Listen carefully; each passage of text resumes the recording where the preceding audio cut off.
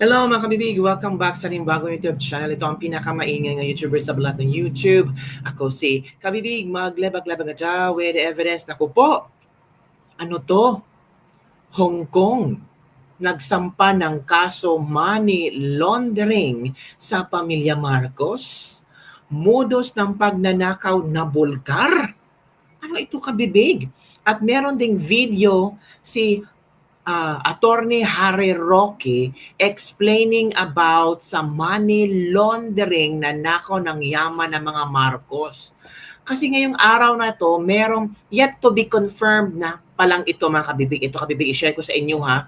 Nako, malaking iskandalo ito kung totoo man ito kabibig or hindi. Ito kabibig, nabasa ko lang kanina kabibig. Ito na ang chismis natin ngayon. Ito, Asia Today. Hong Kong files case of money laundering against Marcos family involving 350 tons of gold. Whistleblower claims to have irrefutable evidence. Nako, ano pa naman yan kabibig?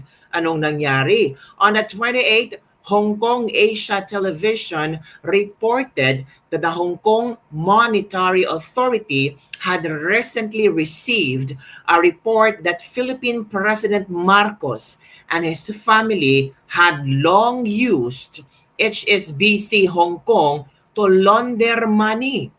The informant produced a number of pieces of evidence, including that the Marcos family sold 350 tons of gold of unknown origin, and HSBC helped them cash out the stolen money, as well as the Marcos family's account information in 18 banks around the world, involving more than 100 billion US dollar. Anak-alerky mga kabibig, totoo kaya ito? From ano to ha? Hong Kong, from Asia Today. Naku, i-search yung mga kabibig. Nakita ko lang, shinare Miss Joey. At gusto kong ibalita sa inyo. Grabe ha? Oo. Naku, HSBC Hong Kong to launder money. Sold 350 tons of gold of unknown origin. Tapos yung informant, meron talaga siyang dokumento, number of pieces of evidence. Nako mga kabibig, kaya pala ito yung post ni Attorney Harry Roque, mga kabibig, ngayong araw na to. May video siya na ating panonoorin kabibig ha. Wait mo na ha, panoorin natin video ni Attorney Harry Roque. Ito pala kabibig, ito yon. Ito ang video ni Attorney Harry Roque. Makinig tayo mga kabibig ha. Ito po ang inyong favorite asylum seeker reporting from Europe. Ano po pag-uusapan natin ngayon? Nako po, napakalaking balita. Kung nagtataka kayo kung bakit biglang nawalan tayo ng 128 toneladang ginto sa ating national reserves, ito po siguro ang eksplanasyon. Bumuo po ng isang special investigation team ang Hong Kong Anti-Money Laundering Office para imbestigahan ang di umano ay money laundering activities ng mga Marcos. Opo, ang pamilya ng Junior na ayaw hair follicle test dahil maraming nagdududa na siya ay bangag. Ang sangayon po sa Hong Kong anti-money laundering, ito po ay may kinalaman doon sa mahigit $100 billion na money laundering activities involving no less than 350 tons of gold deposits. Mantakin nyo yan. At itong mga aktibidades na ito ay nangyari between yung mga panahon na talunan ang Marcos Jr. Pero I'm sure pinakikinabangan hanggang ngayon dahil nga hindi natin naintindihan kung ano nangyari dun sa 128 billion na biglang nawala sa Central Bank Reserves. Now, nagkaroon pala ng isang Taiwanese na whistleblower at ito po ay headline sa Taiwan. Mantakin nyo yan. Bida na naman ang Marcos family dahil headline po sa Taiwan nung nasimulan ang money laundering investigation laban kay Marcos Jr. Ngayon, maiiwasan ba niyang investigasyon dahil siya ay isang pinuno ng bayan? Hindi po, kasi maski sa Pilipinas, meron siyang immunity sa prosecution pero hindi po yan immunity sa investigasyon. Kaya nga po nananawagan ako na Kung ang mga dayuhan gaya ng Hong Kong at Taiwan ay nag-iimbesta sa money laundering, bakit hindi sa Pilipinas? Kinakailangan po ang ombudsman mag-imbestiga na rin. Dahil napakalaking halaga po ito. Hindi po pwedeng kinita yan sa sweldo ng isang presidente ng kanyang ama o kaya naman sa sweldo niya bilang gobernador o congressman. Yan po ay tanging nayaman. Kung meron po talagang 100 billion at 350 tons na gold, dapat po yan mapunta sa mga Pilipino sa libreng gamot at libreng paggamot, sa libreng edukasyon, sa libreng irigasyon. Hindi po yan dapat pakinabangan ng mga bangag. Nakakahiya kayo mga bangag. International na naman ang inyong publicity. Money laundering, corruption, $100 billion. Mga magnanakaw, mga switik, mga kleptocrats. Ewan ko nga ba bakit hindi pa kayo pinaparusahan ng Panginoon. Pinakamataas ang pagkagutom mula nung COVID. 52% ng ating mga mamamayan gutom. And yet, 100 billion ang inyong ninakaw. Magkano kabubuang ninakaw nyo mga magnanakaw ng mga Marcoses? Kasama ka na dyan, Marcos Jr. Mahiya ka, kakapal na mga mukha ninyo. Kung talagang meron kayong kahiyan, maghari-kirin na kayo na kayo'y mapatawad ng sambayan ng Pilipino. Pero kayo po ay talagang nakakahiya.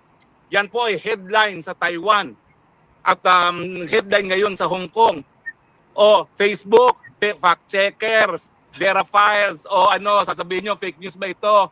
Headline ito ng Taiwan newspaper at talaga namang inanunsyo na ng Hong Kong government na pagbubuo ng investigasyon ng anti-money laundering investigation laban sa pamilya Marcos. O mga dilawan, patuloy pa ba kayong makipag-alyansa dyan sa mga magnanakaw na yan? Mga komunistang CPP-NPA, mahiya naman kayo. Ano na nangyari sa pinaglalaban nyo? Sanib puwersa kayo ngayon sa mga magnanakaw. Nakakahiya po kayo. Mga Pilipino, hanggang kailan tayo magtitiis? Mantakin ninyo, ang dami na nilang ninakaw. Marami pang nanakawin. Ano pang gusto ninyo? Nakakahiya na tayo. Mga dayuhang gobyerno nag-iimbestiga. Tayo bulag-bulagan, bingi-bingihan. Hanggang kailan natin to gagawin? Wag naman po sana. Kinakailangan maghusga ang taong bayan. Maghusga. At dahil yan po ay nakasaad sa ating saligang batas, taong bayan ng tunay na soberenya, 2 beses na natin sinisante ang mga walang kwentang mga leader. Ito na po, pinakamalakas na ebidensya, kurakot ang pamilyang Marcos dahil sa nila kinuha yung 100 billion na yan at 350 tons of gold. Kunin na natin yan habang pwede pa natin kunin. Dahil kung yan ay na-ibenta daw di umano yung mga 120 tons of gold, hahanapin natin kung saan ang pera yan. Meron po yung money trail. Yan po hanapin nyo. Huwag yung mga gaya ni Harry Roque na ang pundar ay galing sa hirap. Wala po akong ganyan kalaking nakaw. Wala po akong nakaw kahit ano, full stop. Lahat po ng pera ko pinaghirapan po namin.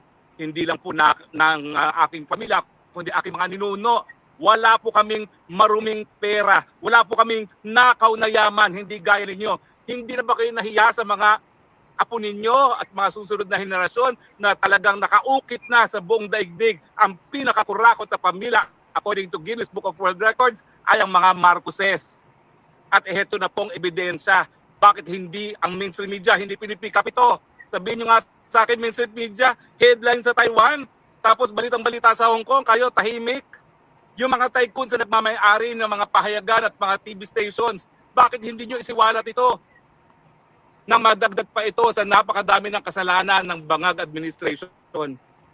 Ano ba naman yan? Ewan ko ba?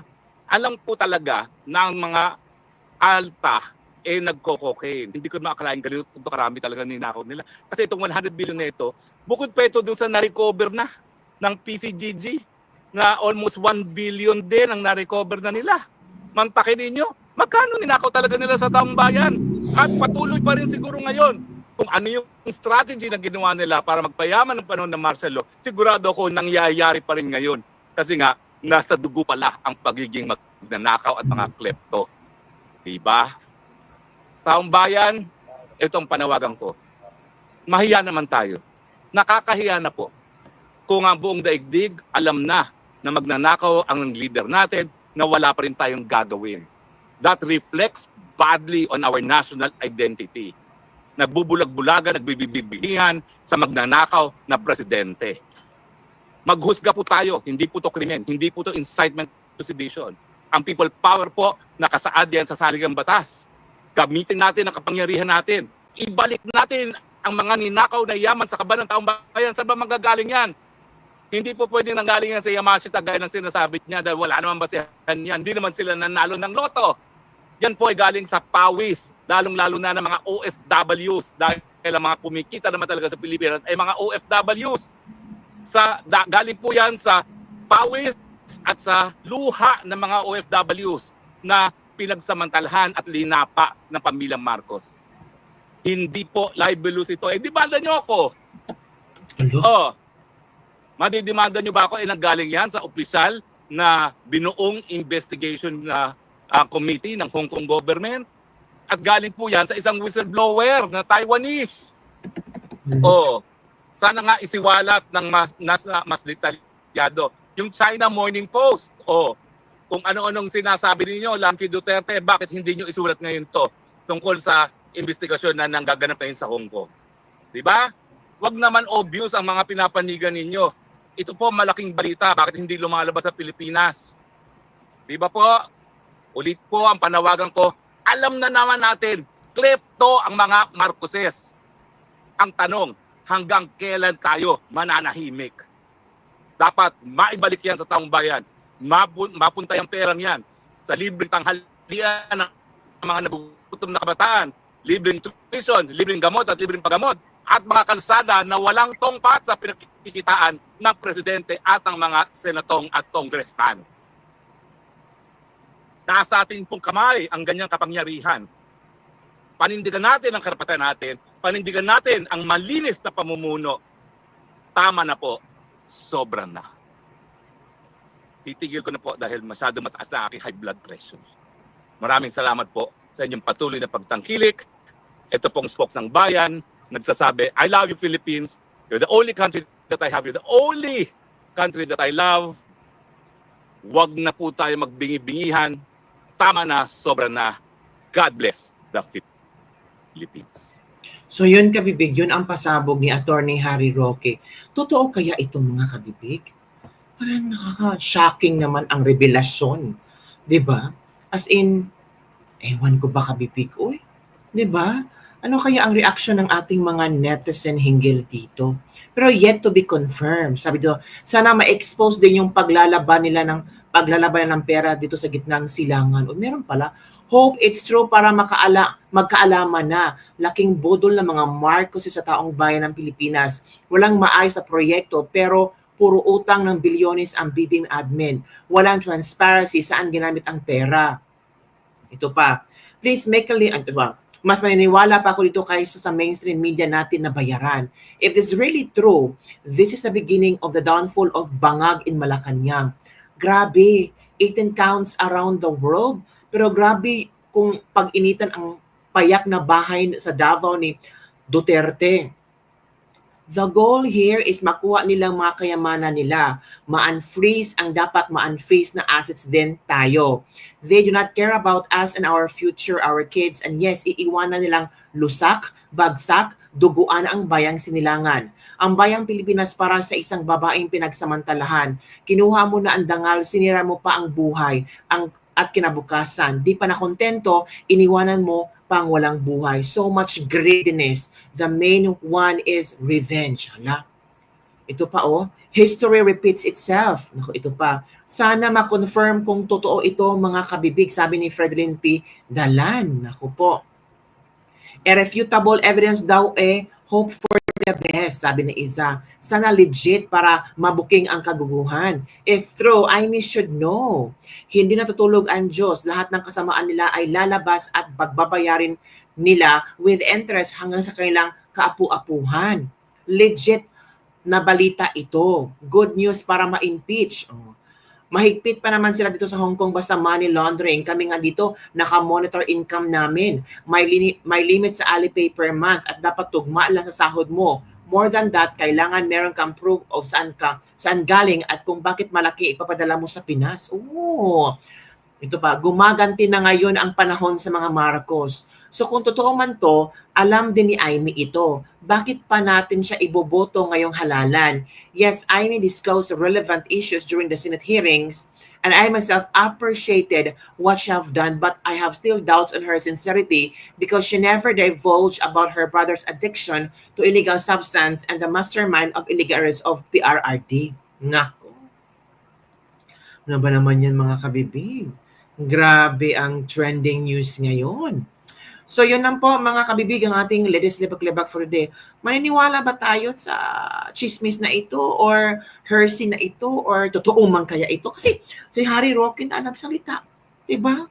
So maghintay tayo sa updates mga kabibig kung ano ba talaga at ito na ba ang simula ng pagbagsak nila. Yun lang po mga kabibig. Don't forget to like, subscribe, and share this video. Bye everyone. See you next time.